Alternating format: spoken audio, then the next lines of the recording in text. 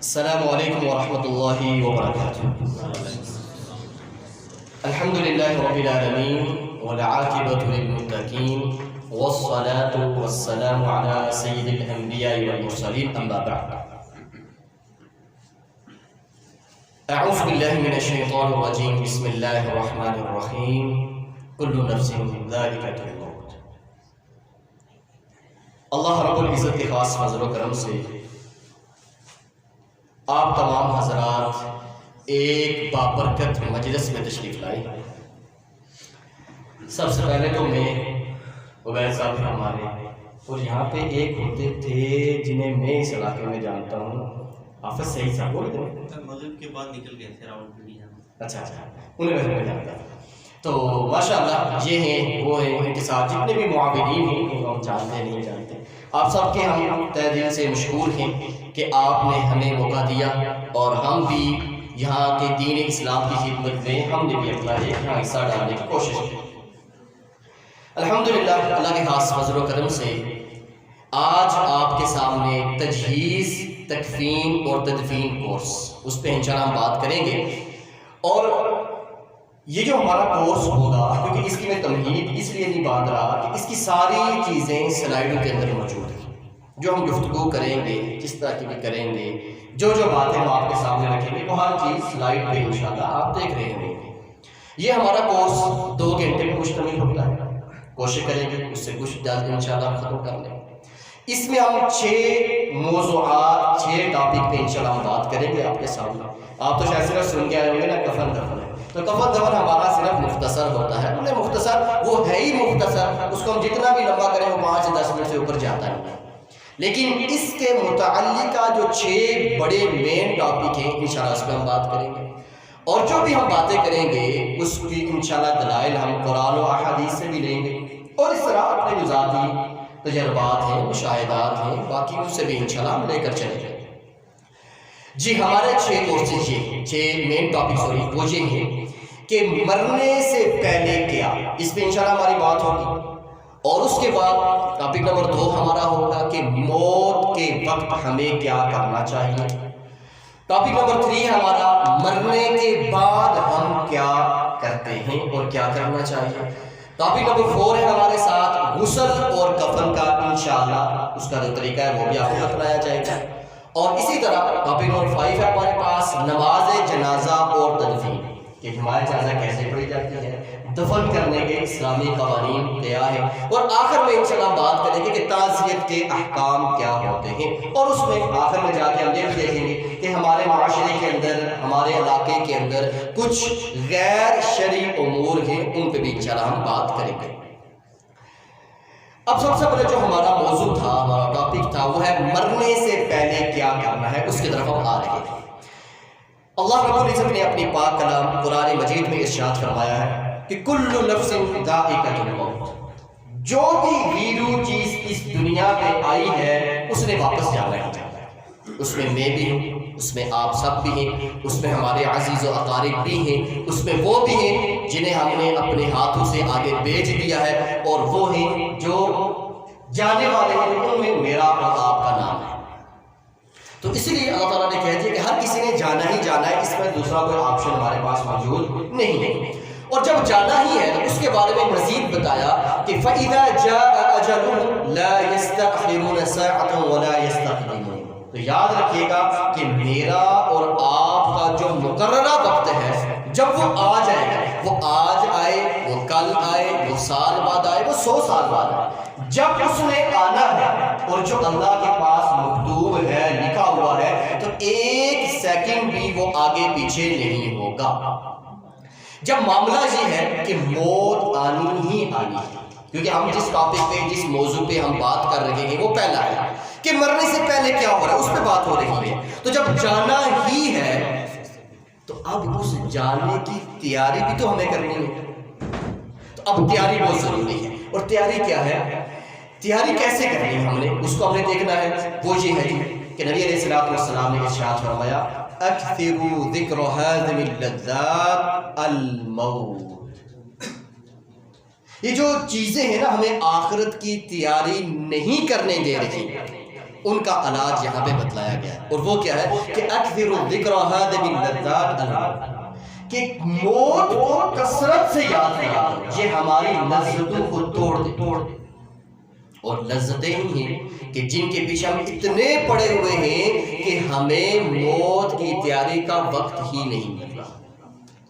اور جو لذتیں ہیں، تو اگر میں مختصر آپ سے پوچھوں کہ ہماری زندگی کی لذتیں کیا ہیں تو آپ بتا سکتے ہیں؟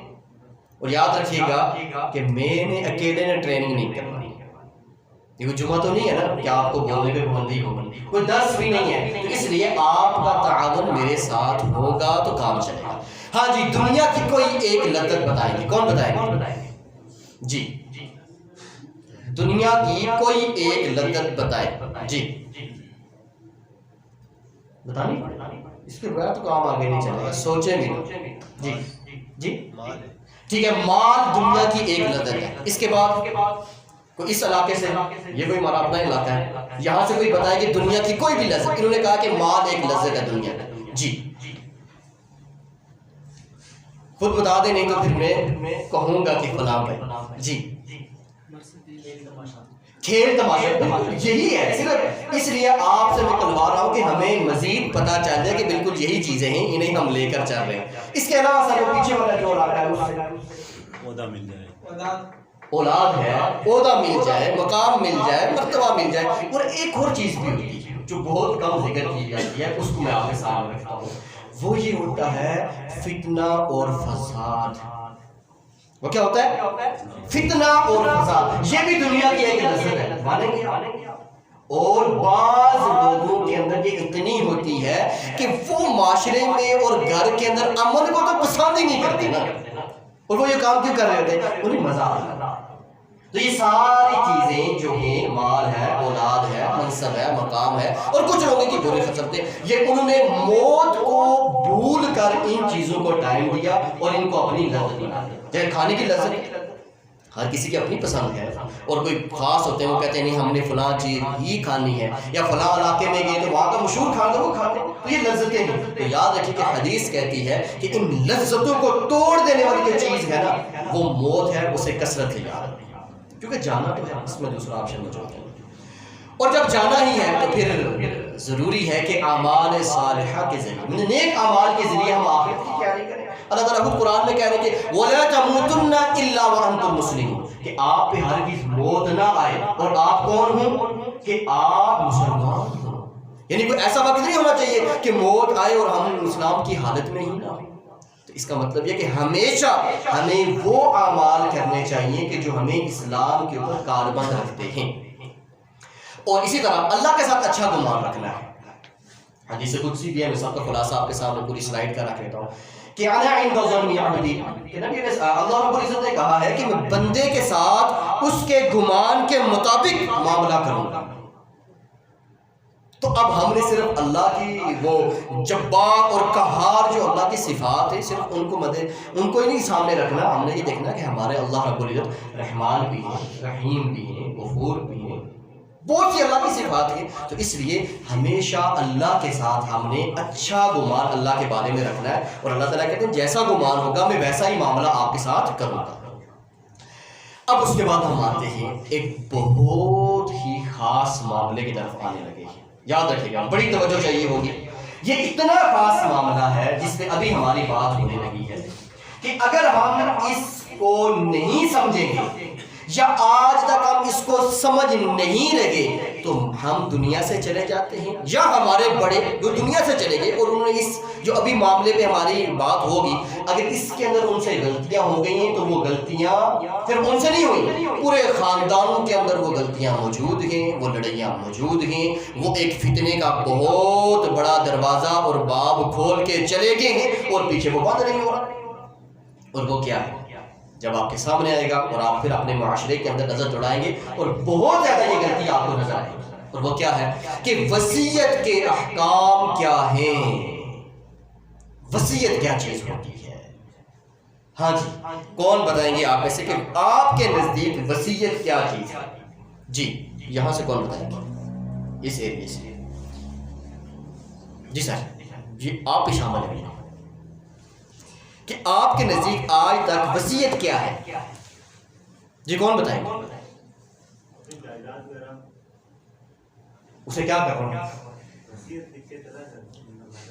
ٹھیک ہے، ایک انہوں نے بتایا کہ وصیت یہ ہے کہ اپنی جائیداد لکھ کر وہ چلے گئے اور اس کے بعد ٹھیک ہے۔ اس کے علاوہ وصیت کے بارے میں آپ کیا جانتے ہیں؟ ٹھیک ہے، سردی ہے لیکن اچھا ماحول ہے اندر، تھوڑا بہت تو میرا ساتھ دے نا۔ اپنا بینک بیلنس جی اس کے بارے میں وصیت کر جاتے ہیں، وصیت کر جاتے ہیں، ٹھیک، پیسہ جو رہ جاتا ہے، مطلب ان چیزوں کو آپ وصیت کہتے ہیں، بالکل ٹھیک کہتے ہیں، یہی چیزیں ہیں۔ اب ہم آتے ہیں وصیت کی طرف انشاءاللہ بڑی ڈیٹیل کے ساتھ۔ وصیت کے بارے میں حدیث مبارکہ کیا ہے؟ حدیث میں الفاظ ہیں ما حق امرئ مسلم له شيء يوصي فيه يبيت 3 ليال الا ووصيته عنده مكتوبہ، کہ اگر کسی شخص کے پاس کوئی ایسی چیز ہے کہ جس پہ وہ وصیت کرنا چاہتا ہے تو اس پہ کوئی 3 راتیں نہ گزرے مگر اس کی وصیت اس کے پاس لکھی ہونی چاہیے۔ مثال کے طور پہ اب میں ہوں، میرے پاس بہت زیادہ زمین ہے اور میں یہ کہتا ہوں کہ میرے مرنے کے بعد میری زمین کا فلاں ٹکڑا جو ہے فلاں مدرسے کو، فلاں ٹرسٹ کو، فلاں NGOs کو چلا جائے۔ اگر میں نہیں لکھوں گا تو میری جو اولاد ہے یا میرے جو لواحقین ہیں انہیں کیسے پتہ چلے گا کہ فلاں جو ہمارے فوت ہو چکے ہیں انہیں وصیت کی تھی؟ اس سے کیا پتہ چلتا ہے کہ لکھنا ہے۔ اس طرح بینک بیلنس ہے اگر آپ کے پاس، تو اگر آپ کیا کرتے ہیں کہ اگر جس پر آپ کی نیت بنی ہے یار میرے پاس اتنا بڑا پیسہ ہے اور مجھے امید ہے کہ جب میں بھروں گا تو ٹھیک ٹھاک میرے پاس پیسہ ہوگا، تو کیوں نہ میں اپنے پیسے میں سے تھوڑا سا حصہ جو ہے نا فلاں فلاں کسی کے لیے لکھ دوں۔ ایک ہے کہ آپ اپنی زندگی کے اندر تقسیم کرتے ہیں، ان خرچ کرتے ہیں، اللہ کے راستے میں لگاتے ہیں، اس کا ثواب تو ملنا ہے، لیکن آپ یہ کہتے ہیں کہ میرے مرنے کے بعد بھی میرے اس چیز میں سے ثواب آتا رہے، تو اسے کہتے ہیں کہ اس کے لیے وصیت لکھ لیں۔ اور اس میں عبداللہ بن عمر کیا فرماتے ہیں؟ وہ کہتے ہیں جب سے میں نے یہ حدیث سنی ہے نا تو ایک رات بھی نہیں گزری تو میری وصیت جو ہے نا وہ میرے پاس لکھی ہوئی تھی۔ تو آج ہمارے پاس بڑے بڑے جو ہے نا ارادے ہوتے ہیں، یہ بھی کریں گے، ایسے بھی کریں گے، ہاں ہم یہ چیز چھوڑ کے جائیں گے، چلو مرنے کے بعد چلو فلاں کے کام آ جائے، لیکن وصیت نہیں لکھتے، تو جس وجہ سے وہ نیکی کا جو دروازہ کھلنا چاہیے تھا، وہ جو اکاؤنٹ مرنے کے بعد مجھے ملنا چاہیے تھا، اس سے ہم محروم ہو جاتے ہیں۔ چلیں جی، اب وصیت کے احکام کیا ہیں یہ یاد ہے کہ یہاں پہ ہم آ رہے ہیں جو معاشرے کے اندر کچھ بڑی غلطیاں ہوتی ہیں ان کی طرف۔ جمہور کے نزدیک وصیت لکھنا اور اپنے پاس رکھنا یہ مستحب عمل ہے۔ یاد رکھیے گا کہ ٹریننگ میں جمہور کا لفظ بولا جائے گا تو اس کا مطلب یہ ہوگا کہ اس وقت کے جو بڑے علماء کرام ہیں، جو اہل علم جنہیں کہا جاتا ہے، ان کا کسی ایک موقف کے اوپر متفق ہو جائے۔ اور مستحب آپ سمجھتے ہیں کہ مستحب کہتے ہیں کہ پسندیدہ عمل ہے، تو جمہور کیا کہتے ہیں کہ پسندیدہ یہ کہ آپ کے پاس آپ کی وصیت لکھی ہوئی ہو، لیکن بعض ایسے حالات اور صورتیں ہیں جن کے اندر وصیت آپ کے پاس لکھی ہوئی ہونا لازماً آپ کے پاس لکھی ہونی چاہیے، اور وہ کیا ہے؟ جب انسان پر قرض ہو اور دوسرا کوئی نہ جانتا ہو۔ مثال دیتا ہوں میں اپنی لیے کہ میں نے ایک بھائی سے قرض لیا، میں نے یہ عبید صاحب ہے، میں نے کہا جی آپ نے 5 لاکھ، انہوں نے کہا ٹھیک ہے، انہوں نے مجھے 5 لاکھ دیا اور میں نے اسے استعمال کیا اور میں نے اسے اپنی ڈائری کے اندر، اپنی فائل کے اندر لکھ کر نہیں رکھا، میں مر گیا۔ کچھ ٹائم کے بعد عبید صاحب آ گئے تھے میرے لواحقین کے پاس، آ کے کہتے ہیں کہ صفی الرحمان نے مجھ سے 5 لاکھ بطور قرض لیا تھا، تو اب آپ بتائیں کہ میرے لواحقین کیا کریں گے؟ وہ میری کو فائلیں ہیں کھولیں گے، کوئی سب کچھ چیک کریں گے کہیں کچھ لکھا ہوا ہے، نہیں لکھا ہوا، تو ممکن ہے کہ وہ 5 لاکھ دے بھی دیں اور ممکن ہے نہ بھی دیں، تو زیادہ چانس کیا ہوتے ہیں؟ وہ کہتے ہیں ان میں 5 لاکھ کا دوسرا آئے گا وہ 3 لاکھ، ایک اور آ جائے گا وہ 1 لاکھ کے بڑے بڑے مطالبات ہو جائیں گے، تو کہاں سے لائیں گے ہم؟ تو اگر میں نے نہیں لکھا اور میرے لواحقین بھی انہوں نے انکار کر دیا، تو آپ کو پتا ہے کہ شہید کے بارے میں کیا آتا ہے کہ جب اس کا ایک قطرہ، پہلا قطرہ زمین پہ گرتا ہے نا سارے گناہ، لیکن ایک نہیں، وہ کون سا ہے؟ قرض۔ تو میں اور آپ تو شہید بھی ہیں، گھروں کے اندر بیٹھے ہیں، وی آئی پی ماحول کے اندر، تو اگر ہم قرض کو نہیں لکھیں گے اور موت تو کسی وقت آ جائے گی، اور اگر وہ نہ پیچھے ادا ہوا تو اس کا پھر آگے بندوبست ہمیں خود ہی کرنا ہوگا، نیکیاں دینی پڑیں گی، اور تمہارے پاس ہے کچھ نہیں۔ ایک یہ صورت ہے۔ دوسری ہے کہ اس کے ذمہ کوئی حقوق اور واجبات ہو، کسی کے کوئی حقوق اور واجبات ادا کرنے ہوں، یا کسی کوئی امانتیں اس کے پاس پڑی ہوں۔ مطلب کوئی شخص آیا، اس نے آ کے کہا کہ یہ جو امانت ہے نا، میں سفر میں جا رہا ہوں، یہ امانت آپ اپنے پاس رکھیں۔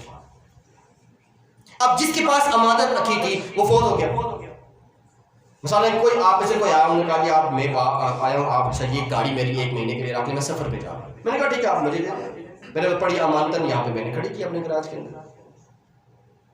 اب میں مر گیا، آپ سفر سے واپس آئے، آپ نے آ کہا یہ گاڑی میری۔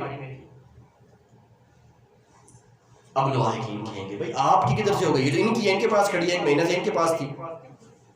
تو یاد رکھیے کہ اگر اس طرح کے معاملات ہیں، کسی کے واجبات ہیں، کوئی لازم چیز کسی لی ہوئی ہے، واپس کرنی ہے، اگر یہ چیز ہم لکھ کر نہیں رکھیں گے تو موت آ گئی تو اکثر یہ ہوتا ہے کہ لواحقین ساتھ نہیں دیتے، اور اس کی ایک بڑی وجہ ہوتی ہے کہ ایک کی بات مانیں گے، دوسرے کی بھی ماننی پڑے گی، اور کچھ ایسے لوگ ہاں کچھ حق پہ آتے ہیں، کچھ ایسے لوگ آ جائیں گے جن کا سب متعلق ہی نہیں ہوگا، اور وہ تو اپنا مفاد کے لیے آ جائیں گے، تو کن کن کو بعد میں آپ پورا کریں گے؟ اس لیے اگر ان حالات میں سے کوئی بھی حالت آپ کے اوپر ہے تو لازم ہے کہ آپ کیا کریں کہ آپ اپنے پاس وہ چیزیں لکھ کر رکھیں کہ آپ کے مرنے کے بعد کوئی بڑی پریشانی اور ٹینشن آپ کو آخرت کے اندر نہ ہو۔ اب وصیت کے آداب کیا ہیں؟ وصیت وارث کے لیے نہیں ہوگی۔ اب تو وصیت کا منہ بتایا تھا نا، اب وصیت کے آداب بھی کچھ ہوتے ہیں۔ سب سے پہلا ادب وصیت کا یہ ہے، قانون یہ ہے کہ وارث کے لیے وصیت نہیں ہوگی۔ کون سمجھائیں گے مجھے یہ جملہ کیا لکھا ہوا ہے؟ جی یہاں سے کون سمجھائیں گے؟ ویسا نہیں سمجھائیں گے کوئی حکم کیا؟ وارث تو اصل میں یہ ہوتا ہے نا کہ وہ تو جانے والے کے جو معاملات ہیں ان کا تو ویسے بھی اس کے اوپر وہ ڈیوائڈ ہونے والا ہوتا ہے، لیکن یہ ان لوگوں کے لیے ہوتا ہے جو مطلب اپنے جو لائقین ہیں ان سے ہٹ کے جو لوگ ہوتے ہیں ان کے لیے وصیت ہوتی ہے۔ ہاں جی، یہ بہت پیاری بات ہے کی ہے کہ وارث کے لیے اس لیے وصیت نہیں ہے کہ ورثاء کے حصے تو قرآن کے اندر پہلے سے موجود تھے کہ بیٹا ہے تو یہ ملے گا، بیوی ہے تو یہ ملے گا، فلاں ہے تو اس کو یہ ملے گا، فلاں ہے تو اس کا اتنا حصہ، ساری چیزیں پہلے سے موجود تھیں۔ تو یاد رکھیے گا کہ وارثوں کے لیے وصیت نہیں ہے۔ تو اب تو یہاں پہ تو کیا ہوتا ہے ہمارے معاشرے کے اندر، اچھا جی میری فلاں بیٹی غریب گھر کے اندر ہے تو میرے مرنے کے بعد جو ہے نا اس کو میرا فلاں فلاں اتنے پیسے، اب یہ بتائیں ٹھیک ہے کہ نہیں؟ یہ غلط ہے۔ کیوں؟ اگر آپ نے اس کو دینا ہی ہے تو باقی اولاد کو بھی دیں۔ اگر آپ نے وصیت لکھنی ہی ہے تو آپ پھر یہ کریں کہ باقی اولاد کو راضی کریں پھر ان کو دے دیں۔ اور آپ کو پتا ہے کہ دنیا اگر زندگی کے اندر دینی ہے تو برابر دینی ہوتی ہے۔ ہاں اگر دوسرے بہن بھائی وہ کہتے ہیں ٹھیک ہے ہمیں ضرورت نہیں آپ فلاں کو دے دیں، وہ ایک الگ سسٹم ہے، ٹھیک ہے۔ اور اسی طرح وصیت ثلث مال تیسرے سے زیادہ نہیں ہے، یاد رکھیے۔ ایک صحابی آئے، انہوں نے کہا میں سارا مال اللہ کے راستے میں، نبی علیہ السلام نے، انہوں نے کہا آقا، نبی علیہ السلام نے کہا نہیں، انہوں نے کہا تیسرا حصہ، تو نبی علیہ السلام نے کہا ٹھیک ہے وَالثُّلُثُ کَثِيرٌ، یہ لفظ بولے کہ تیسرا جو یہ بھی زیادہ ہے۔ اور ایک دوسری حدیث کا مفہوم یہ ہے کہ آپ جب دنیا سے جائیں تو اس حال میں اپنے عزیز و اقارب کو، ورثاء کو نہ چھوڑیں کہ وہ دوسروں کے آگے ہاتھ پھیلائیں، انہیں غنی چھوڑ کے جائیں۔ اگر آپ کے پاس مال ہے تو سارا مال آپ وصیت نہ کریں۔ اور آج کچھ لوگ ہیں کہتے ہیں سارا مال وصیت، بالکل غلط بات ہے۔ اور اس کے بعد آخر میں کیا ہے کہ اگر کوئی، ہاں یہ بہت پیاری بات تیسرے نمبر پہ کہ اہل علم سے مشورے کے بعد وصیت لکھنی چاہیے۔ اب ہم کرتے گئے ہمیں بڑا وصیت لکھ جاتے ہیں، فلاں گھر میرے فلاں بیٹے کا، فلاں گھر میرے فلاں بھتیجے کا، فلاں، یقین مانے جو مجھے لگتا ہے میں صرف آپ کے علاوہ کیا آنے والے جو کچھ سال ہے نا ان کے اندر جو لڑائیاں ہوں گی نا وہ ہمارے جو بزرگ غلط وصیتیں کر کے گئے نا ان کے اوپر۔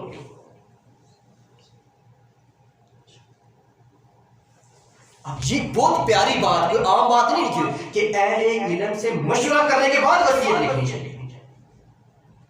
اب ہمارے پاس ایک مسئلہ ہے پیچھے سے کہ دادا جی فوت ہو گئے، وہ اپنے پوتے کو وصیت کر کے گئے اور سب سے بڑی غلطی کہ آپ یہ بتائیں نا وصیت آپ کی پوری کون کرے گا؟ مثال کے طور پہ آپ فوت ہو گئے، آپ کی وصیت پہ عمل کون کرے گا؟ ورثہ کریں گے۔ جب آپ وصیت کر رہے ہیں اور ورثہ کو پتہ ہی نہیں ہے، سب سے بڑی غلطی ہے اس وقت۔ اگر باپ کی اولاد سے کوئی تھوڑی بہت اگر نہیں بھی بنتی تو اس کا مطلب یہ نہیں ہوتا کہ آپ مر رہے اور پیچھے فتنے کا دروازہ کھول کر جا رہے ہیں۔ یاد رکھیے کیا ہوتا ہے جی، یہ اچھا جی فلاں کو پتا ہے، فلاں کو پتا ہے، اور جنہوں نے وصیت پوری کرنی ہے انہیں پتہ ہی نہیں ہے، وہ تو اپنے حساب کتاب میں لگے ہوئے ہیں کہ جائیداد تقسیم کریں، اور آپ ایک اور آدمی ہیں وہ بہت بڑا آدمی ہے، بھائی ابو جی چلے گئے دنیا سے یا فلاں چلے گئے تو ہم جائیداد تقسیم نہیں کرتے، جائیداد تقسیم ہی نہیں ہو رہی، بھائی کیوں تقسیم نہیں ہو رہی؟ بتائیں نا کیوں تقسیم نہیں ہو رہی؟ آپ کون ہیں جو جائیداد تقسیم نہیں کر رہے؟ اگر بڑا بھائی ہوگا نہیں تو جائیداد تقسیم کرے گا، فلاں ہے جی بیس گلے کو کون ہے جی تقسیم کرے گا؟ تو یاد رکھیں اس زمین کے اندر، اس اکاؤنٹ کے اندر جتنا اللہ نے آپ کا حق رکھا ہے اتنا ہے، اس سے اوپر آپ ذرا برابر بھی لیں گے آپ ظالم۔ اور یاد رکھیں یہ بھی آنے والے سالوں میں یہ بھی ہے کہ بڑے بھائی وہ بیٹھے ہوئے وہ جائیداد تقسیم ہی نہیں کر رہے، ہاں کام چل رہا ہے، ٹھنڈا ہے ٹھنڈا ہے ٹھنڈا ہے، جب ان کی اولادیں بڑی ہوتی ہیں نا پھر جب مکان کے لیے جگہ نہیں، دوسری جگہ نہیں ہے، بڑے معاملات ہیں، تو اب چلے جی اب تقسیم کریں، اب تقسیم کریں تو وہ فلاں جگہ ہمیں، فلاں اسے، فلاں اسے، فلاں یہ، اگر ان میں سے کوئی ایک بھائی پہلے فوت ہو چکا ہے اس کو اولاد کو دینے کے لیے تیار نہیں ہوتے۔ تو اس لیے جو کام فرض ہے لازم ہے آپ کے اوپر تو اسے اپنے وقت کے اندر کریں نا تاکہ بات ہی ختم ہو جائے۔ اگر نہیں کریں گے تو یاد رکھیں آپ اپنے اوپر خود ظلم کر رہے ہیں۔ اگر والد صاحب چلیں گے، اگر آپ نہیں کرتے ان کی اولاد کے اندر جو بھی اہل سنتا ہے جس کے پاس پاور ہے اگر وہ تقسیم نہیں کرتا یا نہیں کرنے دے رہا وہ سب سے بڑا ظالم ہے، باقی آپ سب اہل سمجھتے بات۔ اگر کوئی گناہ کی وصیت کر کے چلا جائے میرے مرنے کے بعد میرے پیسے کے ساتھ فلاں جگہ جو ہے سینما بنانا، تو بنایا جائے گا نہیں، اس کی وصیت کو نیکی کے اندر بدل دیا جائے گا۔ اگر اس نے غلط کام کہا ہے تو مسجد بنا دی جائے گی، اس کا کوئی اچھا کام کر دیا جائے گا۔ اور آخر میں کیا لکھا ہے؟ وصیت کرنے والے کی اگر لکھائی معروف نہ ہو، نہ پڑھی جا رہی ہو تو اس کے بعد گواہ بھی ہونا چاہیے۔ بعض دفعہ ہوتا ہے ہوتا کہ اصل میں ہم لوگ وصیت کے لیے آخری وقت ڈھونڈ رہے ہوتے ہیں، حالانکہ ہمیں پتہ نہیں آخری وقت کون سا، وہ جب بوڑھے ہو جائیں گے کھا پی لیں گے پھر وصیت۔ بھائی اگر آپ نے کرنی ہے تو ابھی کر لیں، ہاں اگر اللہ نہ کرے کچھ حالات بعد میں جا کے آپ کی چینج ہوتے ہیں تو آپ وصیت ختم نہیں کر سکتے۔ یہ نہیں کہ وصیت لکھی ہے تو وہ چینج نہیں ہو سکتی، آپ کے پاس زندگی ہے تو آپ وصیت کو اپنی مٹا نہیں سکتے، ہاں جب مر گئے پھر ورثاء پہ لازم ہے کہ اچھی وصیت ہے تو اس کو پورا کیا جائے۔ جی تو اب ہم آتے ہیں موت کے وقت، جو ہمارا دوسرا موضوع دوسرا ٹاپک ہے اس کے طرف۔ جی وہ ہے ہمارے پاس کہ نبی علیہ الصلوۃ والسلام کی ایک طویل حدیث آپ کے سامنے لکھی ہے، اور اس میں جو ہمارے جو متعلقہ جو اس کے اندر پوائنٹ ہے وہ یہ ہے کہ اپنی موت سے پہلے اپنی زندگی کو غنیمت سمجھیں۔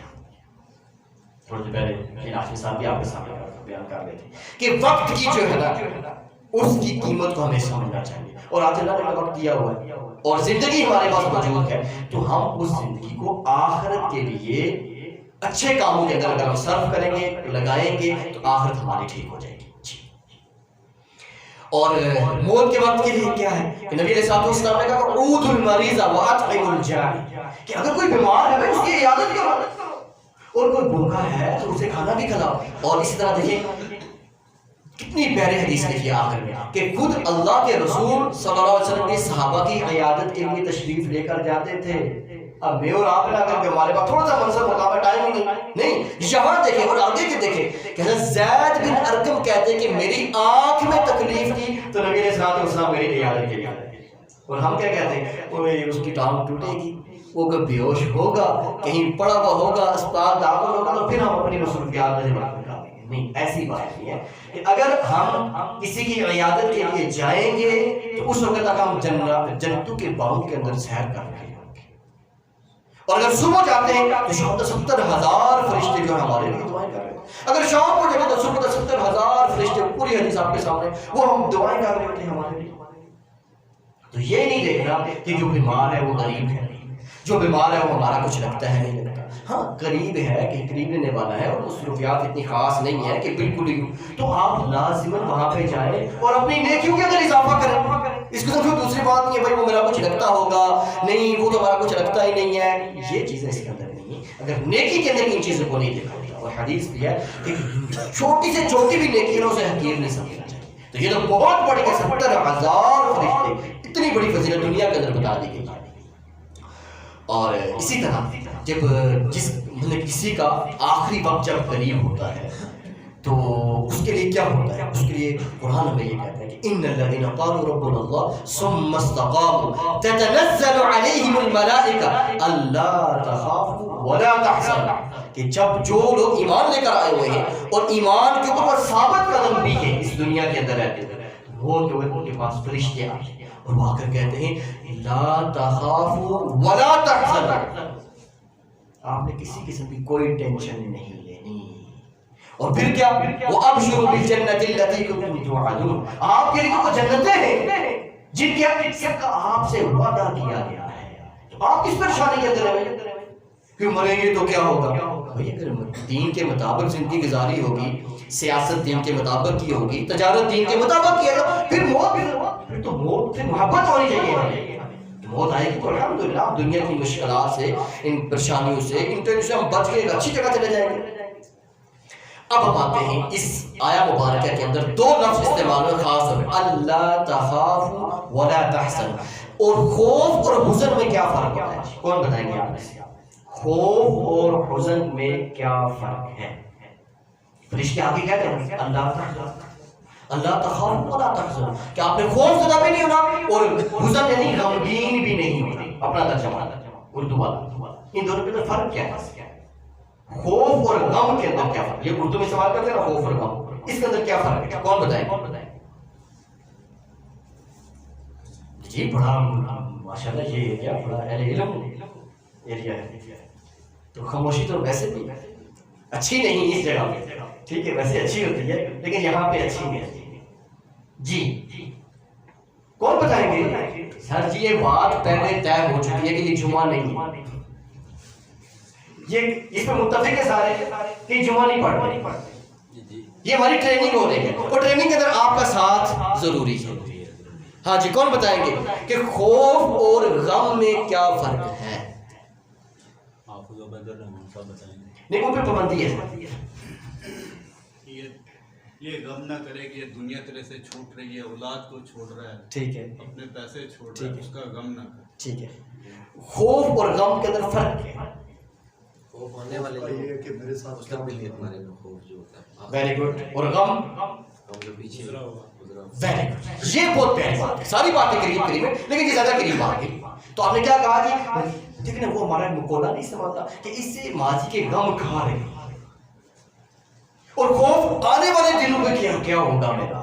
تو جو دین کے اوپر اپنی زندگی گزار کے جائے گا نا اسے کوئی ٹینشن نہیں، کوئی مجھے مرنے کے بعد کیا ہوگا، اسے یہ ٹینشن بھی نہیں یار کہ جو پیچھے زندگی گزار کے ہے اس میں مجھے کیا ہوگا، کچھ بھی نہیں ہونا انشاءاللہ. اس کو نیکیوں کا سیرا ملنا ہے. تو اگر ہم اس طرح سمجھ کے چلیں گے تو بڑا مزہ بھی آئے گا. جی اور اب ہم آتے ہیں کہ جو بات جو موت کے وقت کی ہم بات کر رہے تھے نا، تو اگر آپ کے سامنے اگر کوئی مر رہا ہے، موت کا وقت اس کے اوپر آیا ہوا، تو آپ کا رویہ کیا ہونا چاہیے؟ حدیث مبارکہ ہے عن ابی سعید الخدری رضی اللہ تعالی عنہ قال قال رسول اللہ صلی اللہ علیہ وسلم کہ نبی علیہ الصلوۃ والسلام نے ارشاد فرمایا لقنوا موتاکم لا الہ الا اللہ، کہ اگر آپ کے پاس کوئی مر رہا ہے نا تو اسے آپ نے لا الہ الا اللہ کی تلقین کرنی ہے. تو اب تلقین کیا ہوتا ہے اسی طرح ہم آتے ہیں. اب لا الہ الا اللہ پہ آپ نے بہت سے فضائل سنے ہوں گے کہ من کان آخر کلامہ لا الہ الا اللہ دخل الجنہ، کہ جس کا آخری کلام کیا ہوگا لا الہ الا اللہ، وہ جنت کے اندر داخل ہو جائے گا. اور لوگ سوشل میڈیا پہ کہہ رہے ہوتے ہیں اللہ تعالیٰ میرے والدین کو کلمہ نصیب آپ نے کچھ فرمائے. اس طرح نہیں ہوتا بھائی جی، سوشل میڈیا پہ اعلان کرنے سے یا وہاں پہ لوگوں سے ریکویسٹ کرنے سے ایسے کوئی کلمہ نصیب نہیں ہوتا. کلمہ اگر آپ چاہتے ہیں کہ آپ کی زبان پہ مرتے وقت آئے، آپ کے والدین کی زبان پہ آئے، آپ کے عزیزوں اقارب اور پیارے لوگوں کے مرتے وقت کلمہ نصیب ان کو ہو، تو کلمے کے مطابق زندگی گزارنے کی بات ہے. بس کوئی بہت بڑی کوئی لاجک کوئی فلسفہ کوئی نہیں ہے اس کے اندر. جی جی جو سوال ہے وہ انشاءاللہ ہم آخر میں لیں گے، ٹھیک ہے، مختصر سے سوال لیں گے، باقی بحث نہ لیں، باقی وہ آخر میں انشاءاللہ یہ جواب دیں گے، ٹھیک ہے جی۔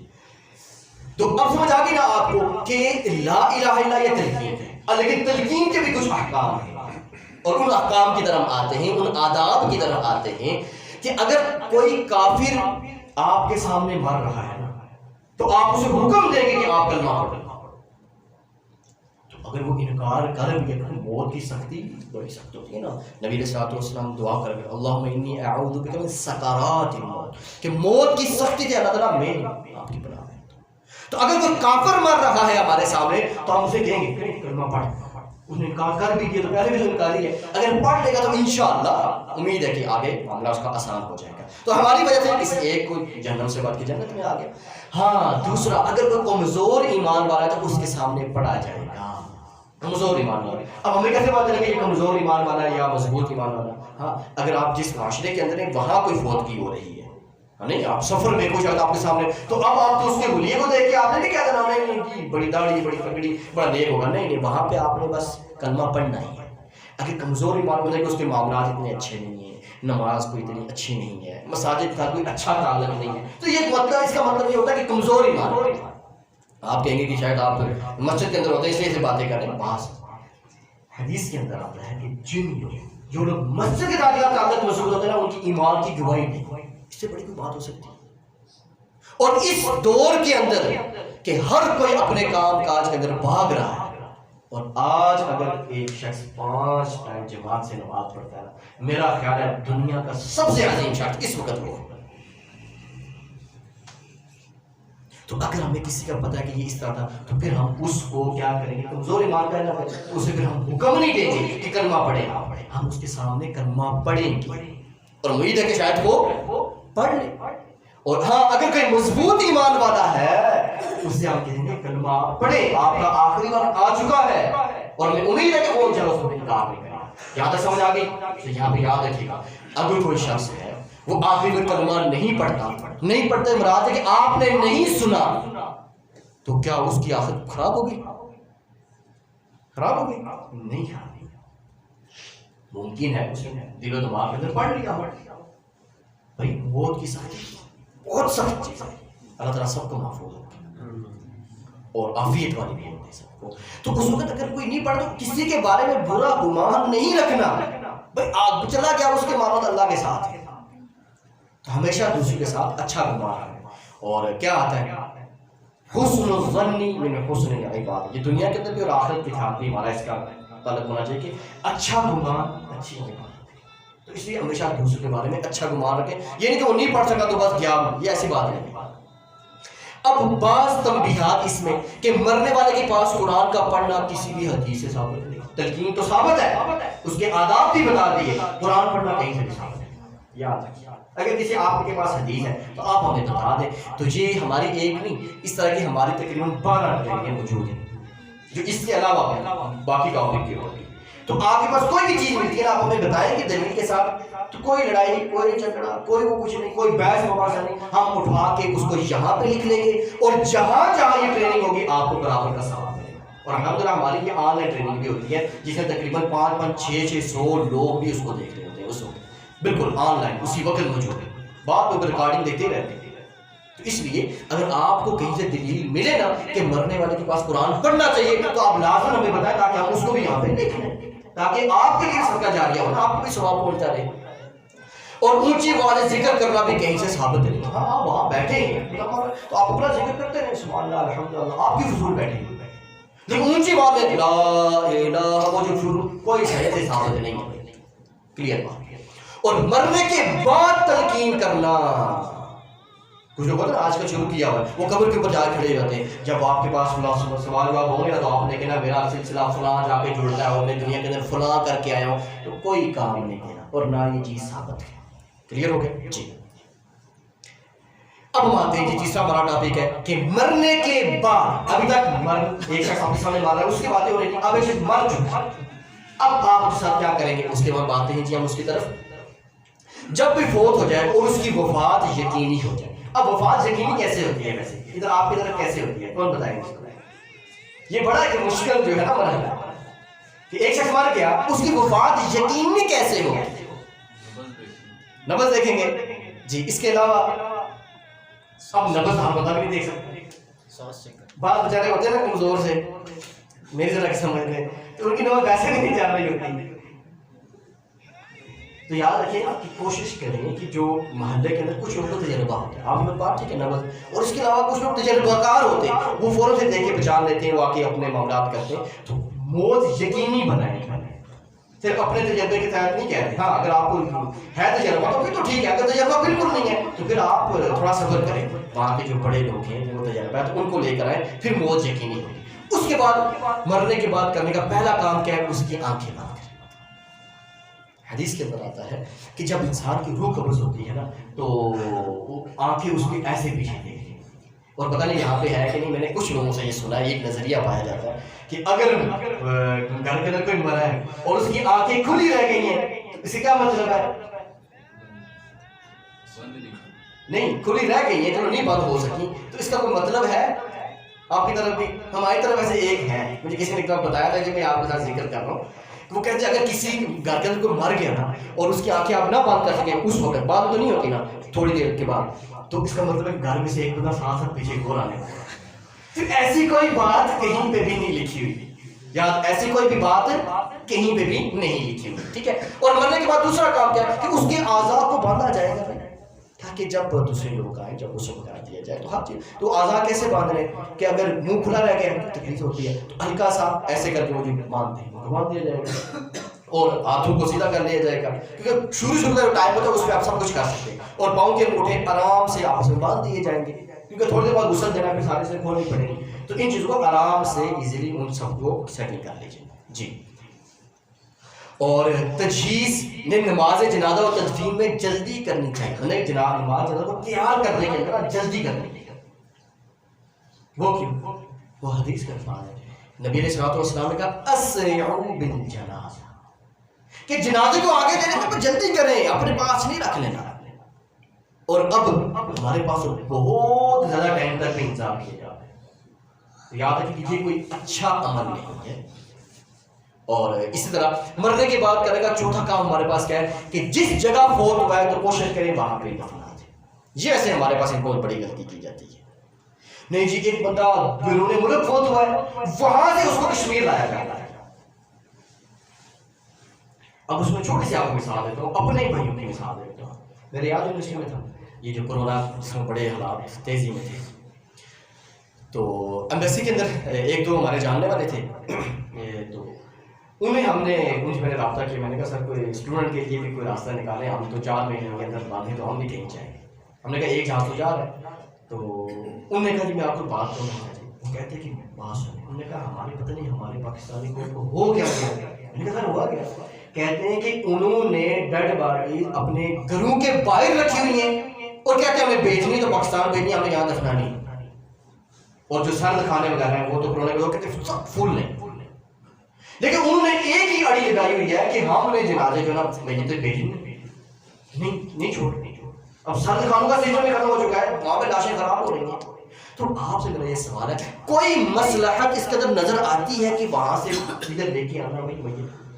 ہاں کوئی ایسا ملک ہے کہ وہاں پہ بعد میں آپ کی ڈیڈ باڈیز ہیں ان کے ساتھ کوئی بے ادبی ہوتی ہو، ان کی کوئی توہین ہوتی ہو، چلو پھر تو وہاں سے کوئی بات بنتی ہے. ورنہ اس کے علاوہ نہ حدیث سے ثابت ہے نہ اسلام سے یہ چیز ثابت ہے ایک جگہ دوسری جگہ ڈیڈ باڈی کو لے کر جاؤ. چھوڑیں اس بات کو، میں آپ سے پوچھتا ہوں ویسا آپ اپنے پڑھ دادا صاحب کی قبر کدھر ہے؟ اب اپنے اپنے بھائی کی، ابو کی، کسی کو وہاں سے لا کے یہاں کرنا کیا ہے اس کو؟ بھائی آپ 5-6 مہینے قبر پہ جاتے ہیں، اس کے بعد وہی بھول جاتے ہیں، پھر وہ پتہ نہیں کب جا کے ہمیں یاد آتی ہے. تو اس لیے آپ یہاں سے پھر دعا کریں تو ہو جائے. ایک چیز ثابت ہی نہیں ہے اور اس کا کوئی فائدہ بھی نہیں ہے تو بس ٹھیک ہونے کے بعد افراد ہیں، ہم یہاں دعا کرتے ہیں. جب بھی آپ دعا کریں گے تو فائدہ ہوگا. تو اس طرح کی اگر اللہ نہ کرے اگر کوئی موقع زندگی میں آتا ہے کسی پہ تو ہمیں صبر کے ساتھ کام لینا چاہیے، کیونکہ اوپر والی حدیث بھی ہے نا کہ اسرعوا بالجنازہ، کہ فوراً سے بھائی آگے بھیجو، بات ختم. اور ایک طویل حدیث ہے، اس کا مفہوم کیا ہے کہ اگر وہ شخص اچھا ہے تو اپنی منزل پہ چلا جائے گا، تو اگر برا ہے تو اپنے کندھوں سے اٹھا کے نیچے پھینکو کہ اپنے ادھر کیوں رکھا ہوا ہے اس کو. تو اس لیے اس طرح کی اپنے رسم و رواج کو چھوڑنا بھی چاہیے. اب ہم آتے ہیں جی غسل اور کفن کی طرف، چوتھا ہمارا ہے اور جس سے بڑے لوگ ڈرتے بھی ہیں، اور چلو اس کو ڈر بھی ختم کریں گے. تو اس کے لیے ایک چھوٹی سی ریکویسٹ ہے، صرف بزرگ نہیں میری یہ ریکویسٹ مانیں گے، ٹھیک ہے؟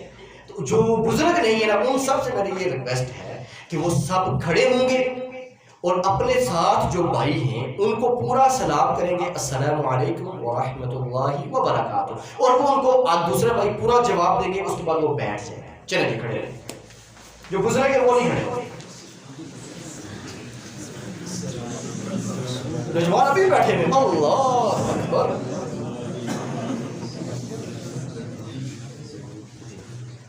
جزاک اللہ، خوشی رکھیں.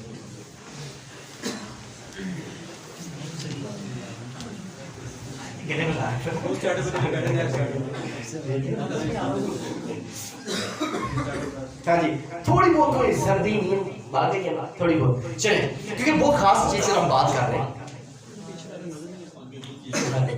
ویسے اس طرف جگہ ہے، ویسے اگر آپ دیکھنا ٹھیک ہے کوئی بات جگہ کافی ہے سارے جی. تو اب جو نا بڑی خاص جو ٹاپک ہے، بڑا خاص موضوع ہے، اس میں ہم بات کرنے جا رہے ہیں غسل اور کفن. ہاں جی آپ میں سے کون کون ہے جنہیں غسل دیا ہوا ہے میت کو؟ ہاتھ کھڑا جلدی کریں جلدی کریں جلدی کریں. 1 2 3 4 5 5 بس 5 6 بس چلیں کوئی بات. آگے چلتے ہیں جی آگے چلیں سر. غسل اور کفن کا حکم کیا ہے؟ سب سے پہلے اس میں بات کرتے ہیں غسل اور کفن کا حکم کیا ہے. کہ اس کا حکم فرض کفایہ ہے. اگر بعض مسلمان یہ فریضہ ادا کرتے تو باقی سے ان کی طرف سے بھی ہو جائے گا. ٹھیک سمجھ آ گئی نا؟ کیا مطلب یہ نہیں کہ ایک بندہ مر گیا تو اب سارے آ کے اس کو غسل دیں گے، نہیں، محلے میں سے گاؤں میں سے کسی ایک یا دو نے دے دیا تو سب کی طرف سے یہ کام ہو گیا. جی اب ایک ہوتا ہے فرض کفایہ، یہاں پہ لکھا، ایک ہوتا ہے فرض عین اور ایک ہوتا ہے فرض کفایہ. ان دونوں میں فرق کیا ہے کون بتائے گا؟ چلیں جیسے ابھی ہم بات کر رہے تھے کہ غسل دینا اور کفن دینا یہ فرض کفایہ ہے، چند بھائی کام میں تو سب کی طرف سے ہو جاتا ہے، ایسی یہی بات ہوئی نا. اب ہم آ رہے ہیں کہ فرض عین اور فرض کفایہ میں کیا فرق ہے، کون بھائی بتائیں گے؟ جی آپ ابھی فرض عین یہ ہے کہ ہر آدمی، کفایہ یہ ہے کہ 14 آدمی کر لے تو ٹھیک ہے. انہوں نے کچھ بہت پیاری تعریف کی ہے. تو اس پیچھے والا جو علاقہ غیر ہے نا ہمارا، ہر ملک میں ایک علاقہ غیر ہوتا ہے، تو ان سے ہم پوچھتے ہیں کہ اس کی کوئی مثال دیں آپ. جی کیا مثال دیں گے یہ والے بھائی جو پیچھے بیٹھے ہیں کہ فرض کفایہ کی کوئی مثال اور فرض عین کی کوئی مثال؟ جی جی سر. فرض عین نماز. Very good. اور فرض کفایہ نماز جنازہ. سب سے پہلی مثال مطلب کہ اگر آپ کے اوپر عشاء کی نماز فرض ہے تو آپ کہتے ہیں امی جی یار بہت سردی ہے اور دل بھی نہیں کر رہا، تو آپ میری جگہ پڑھنے ہو جائے گی. تو انہیں پڑھ بھی لی، اپنی پڑھنے کے بعد آپ کی بھی پڑھی ہو جائے گی. تو کیا فرض عین کا مطلب جو آپ کے اوپر فرض ہے وہ آپ نہیں ادا کرنا ہے، بس کوئی دوسرا نہیں کرتا. اور فرض کفایہ کیا ہے؟ جیسے بھائی نے کہا ماشاءاللہ کہ کیا ہے وہ نماز جنازہ کی مطلب ہے کہ اگر ایک گاؤں میں 7 والے گاؤں میں جنازہ ہوا ہے، یہاں سے 2 4 بھائی چلے تو سب کی طرف سے وہ ادا ہو گیا، سب کو انشاءاللہ ثواب مل جائے گا. جی اب اس کے بعد میت کو غسل دینے کی پیچھے بتائیے. ہاں جی میت کو جن جن بھائیوں نے غسل دیا ہوا ہے کوئی حدیث یاد ہے؟ کوئی حدیث جی چلو اپنی زبان ہے، کوئی ضروری نہیں ہے عربی، اپنی ہے جس طرح کرتا ہے. ہاں جی جو بھائی بندے کے غسل دیتے ہیں مثال کے طور پہ ایک بھائی ہے جو اپنی جان کا نظرانہ کہیں جا کے پیش کرتے ہیں، اس کے پیچھے کیا چیز ہے کہ نبی نے صاحب اس نے حدیث کے فضائل ہو گیا نا. تو اگر آپ غسل دے رکھیں گے اور جس سے آج ہم بہت ڈر بھی رہے ہوتے ہیں، کوئی میں کیسے غسل دوں گا، میں غسل دے بھی سکتا ہوں، مجھے خود دورہ پڑ جائے گا، میں بڑا کمزور دیکھوں، تو آج یہ کرنی ہے.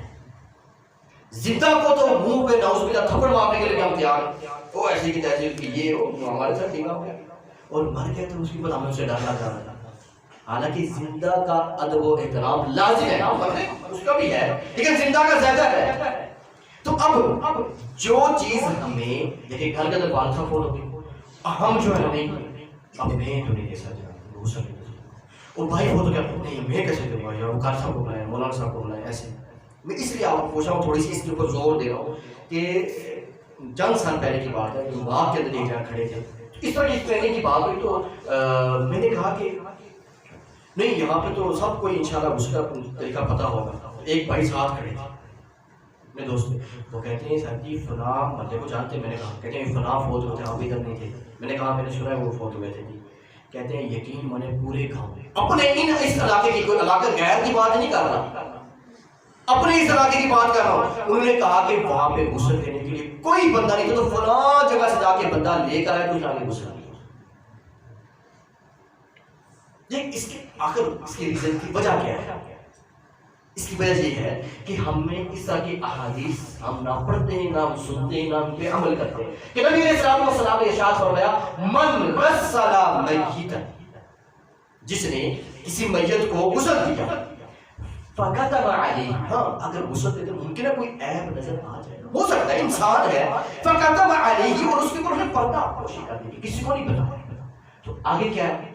غفر اللہ لہ 40 مرہ, اللہ تعالیٰ اس کو ایک دفعہ نہیں 40 مرتبہ اس کو معاف کرے. اب آپ بتائیں, ایک بندہ آپ کو کہتا ہے آپ یہ کام کرے آپ کو 40 کروڑ میں دوں گا, کوئی ہے انکار کرنے والا؟ بھی اللہ کہہ رہے ہیں 40 مرتبہ اس کو معاف کروں گا, اور ہم کہتے ہیں نہیں وہ قاری صاحب غسل دے دیں گے, مولانا صاحب غسل دے دیں گے, فلاں. تو یقین ہے پاکستان کے اندر اس وقت ایسے قوم موجود ہیں جہاں پہ عیسائی انہوں نے رکھا ہوا غسل دے دیں گے, انہیں اس کی اہمیت نہیں پتا غسل دے دیں گے. اور آپ کہتے ہیں 40 کو کہہ دیا, اور ہم پتہ ہے کہ بعض دفعہ اخبارات کے اندر پڑھتے ہیں کہ فلاں مجرم کو 50 دفعہ پھانسی کا آرڈر ہوگا. بھئی کیا وہ اتنا بڑا کوئی پہلوان ہے کہ پہلی دفعہ نہیں مرے گا؟ یہ 50 دفعہ کیوں یہ کیوں آرڈر جاری ہوتا ہے؟ کون بتائے جی, یہ 50 دفعہ والا آرڈر کیوں جاری ہوتا ہے مجرم, بعض مجرم کو ہوتا ہے, اس کی وجہ کیا ہے؟ کون بتائے؟ جرم زیادہ ہوتے ہیں جی, جرم زیادہ ہوتے ہیں اس کے, یہ بھی ہے ایک ریزن یہ ہے. اس کے علاوہ جائز صاحب نے جذبات بھی کافی جذبات ہی ہے. اس کی ایک وجہ یہ ہے کہ جرم بہت ہوتے ہیں, ایک وجہ اس کی یہ بھی ہے کہ اس کی جرم کی نوعیت اتنی خطرناک ہوتی ہے کہ اس کی نوعیت کو بیان کرنے کے لیے اور دوسروں کو عبرت کے لیے کہا جائے ایک دفعہ نہیں 50 دفعہ پھانسی کا آرڈر ہوتا ہے. حالانکہ 50 دفعہ کیا ہے, وہ پہلے دفعہ میں چلا جائے گا, لیکن تاکہ دوسروں کو عبرت ہو. تو اسی طرح یہاں پہ آ جائے کہ غسل دینے کی اتنی بڑی فضیلت ہے کہ غفر اللہ لہ 40 مرہ, 40 مرتبہ اس کو معاف کرنا. کہ اللہ ایک دفعہ معاف, یہ بات ہی نہیں رہتی. اور اب عیب پہ بات کرتے ہیں, فلاں کہتے ہیں جی اس کو تو کسی نے غسل ہی نہیں دیا تھا, انہوں نے تو صفائی نہیں کی ہوئی تھی, اور ان کی بہو کے نیچے فلاں چیز تھی, وہ جسم سے بو آ رہی تھی, پیٹ اتنا بڑا ہوا تھا, وہ زخم کسی نے صاف ہی نہیں کی. تو یہ کیا ہے؟ یہ عیب ہے نا. تو فَكَتَبَ عَلَيْهِ, تو اگر یہ چیزیں آپ نے باہر آ کے بیان کر رہی تو وہ اتنا بڑا کام فراست کرنے کا, نیکی کرنے کا فائدہ آپ کو کیا ہوگا؟ انسان ہے, کوئی معاملات رہ بھی جائے, اگر کوئی ایسی چیز غلطی, کوئی عیب, کوئی چھوٹی کو نظر آئی تو فقط اس کو ڈال دیں, ختم کر دیں. اگر ختم کریں گے تو اللہ کی طرف سے یہ انعام ملے گا, غفر اللہ لہ 40 مرہ, اللہ کو 40 مرتبہ معاف. تو اب آپ سے کون ہے جو کہتے ہیں مجھے معافی چاہیے؟ نہیں, میری معافی قاری صاحب دیں گے. ہاں, اپنا پلاٹ تو قاری صاحب کو نہیں دینا, موٹر سائیکل نہیں دیتے تو پلاٹ دیں گے آپ. نہیں جی کیسا خراب کر جو ہی نہیں دیتے. اور جب نیکیوں کی باتیں کرنے میں نے کہا ساری آپ دیں گے. تو آپ دیکھیں اور یاد رکھیے گا, اگر آپ کے والد صاحب, آپ کے بھائی, آپ کے عزیز و اقارب میں جس انداز میں آپ لوگ غسل دیں گے نا, قاری صاحب اتنے تحقیق بھی ہے نا, جتنی مرضی نمازیں پڑھنے والے, جتنی مرضی قرآن کی تلاوت کرنے, وہ طریقہ جس آپ دیں گے اس طرح وہ نہیں دے سکتے. جس جذبے کے ساتھ, جس محبت کے ساتھ اور جس دل کے ساتھ اصل میں دیں گے, ویسے اس بھائی وہ بھی کر دیں گے اچھا, لیکن آپ یہاں سے روک دیں گے. اس لیے ایسا موقع آج اور کبھی بھی ہاتھ سے نہیں جانا. یہ نہیں کہ ہاں صرف اپنے گھر بنوں گا, آپ نے باہر بھی دیکھا, کہیں موقع ملتا آپ نے سب سے پہلے ہاتھ کھڑا سب میرے. بھائی اتنی بڑی فضیلت جو لینی ہے, تو آج کے بعد کوئی انکار کرے گا؟ وہ طریقہ آپ کو بتا دیں غسل, وہ بہت آسان ہے, اس پہ بات ہے انشاءاللہ. جی غسل کون دے, اب اس پہ بات ہوگی کہ غسل دینے کا پہلا حقدار کون ہے, کہ جس کے بارے میں مجھے وصیت. اگر کوئی شخص ہے وہ کہتا ہے کہ مجھے فلاں شخص وصیت جو ہے غسل دے, ٹھیک ہے, اگر وہ وہاں پہ میسر ہے تو دے دے, اللہ نہ کرے